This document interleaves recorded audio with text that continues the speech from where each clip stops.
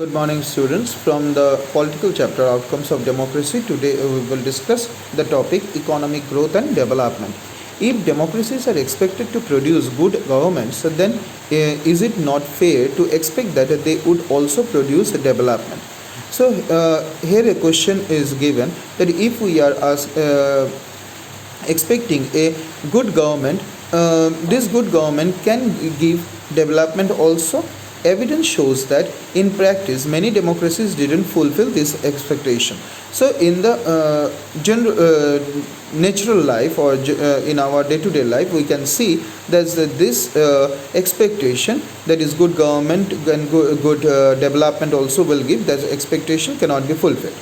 If you consider all democracies and all dictatorship for the 50 years between 1950 to 2000, dictatorships have slightly higher rate of economic growth. So from 1950 to 2000, if we compare democracy with dictatorship, then we can see about the economic growth, dictatorship is growing more faster. The inability of democracy to achieve higher economic development worries us, but this alone cannot be reason to reject democracy. But as a democracy cannot give us a rapid economic growth, that doesn't mean that we must reject the form of government, that is democratic form of government. As you have already studied in economics, economic development depends on several factors: country's population size, global situation, cooperation from other countries, economic priorities adopted by the country, etc. So economic development, this is not a work done by the government only, because our socio-economic condition also become responsible to give us the economic growth, like population size. India has large population, you know it. Then global situation, where it is located, then cooperation from other countries, these are not getting or not, all these matter together gives us the economic growth. However, the difference in the rates of economic development between less developed countries with dictatorship and democracy is negligible. So in that matter, the difference between this is negligible. Overall, we cannot say that democracy is a guarantee of economic development.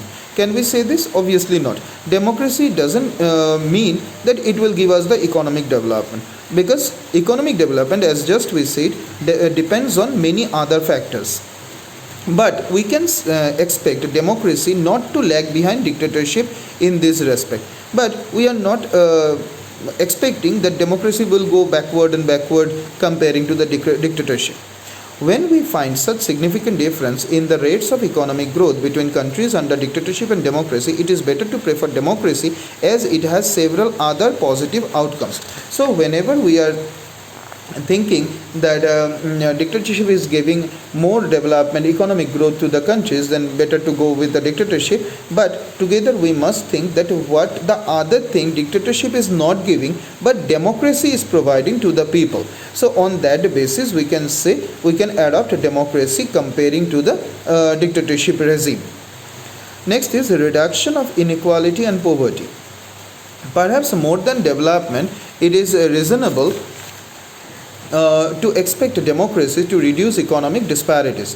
Even when a country achieves economic growth, will wealth be distributed in such a way that all citizens of the country will have a share and lead a better life. Is economic growth in democracies accompanied by increased inequalities among the people, or do democracies lead to a just distribution of goods and opportunities? So here we are discussing about the facilities, what the people are receiving. So are the disparities are there or similarities are there? Democracies are based on political equality.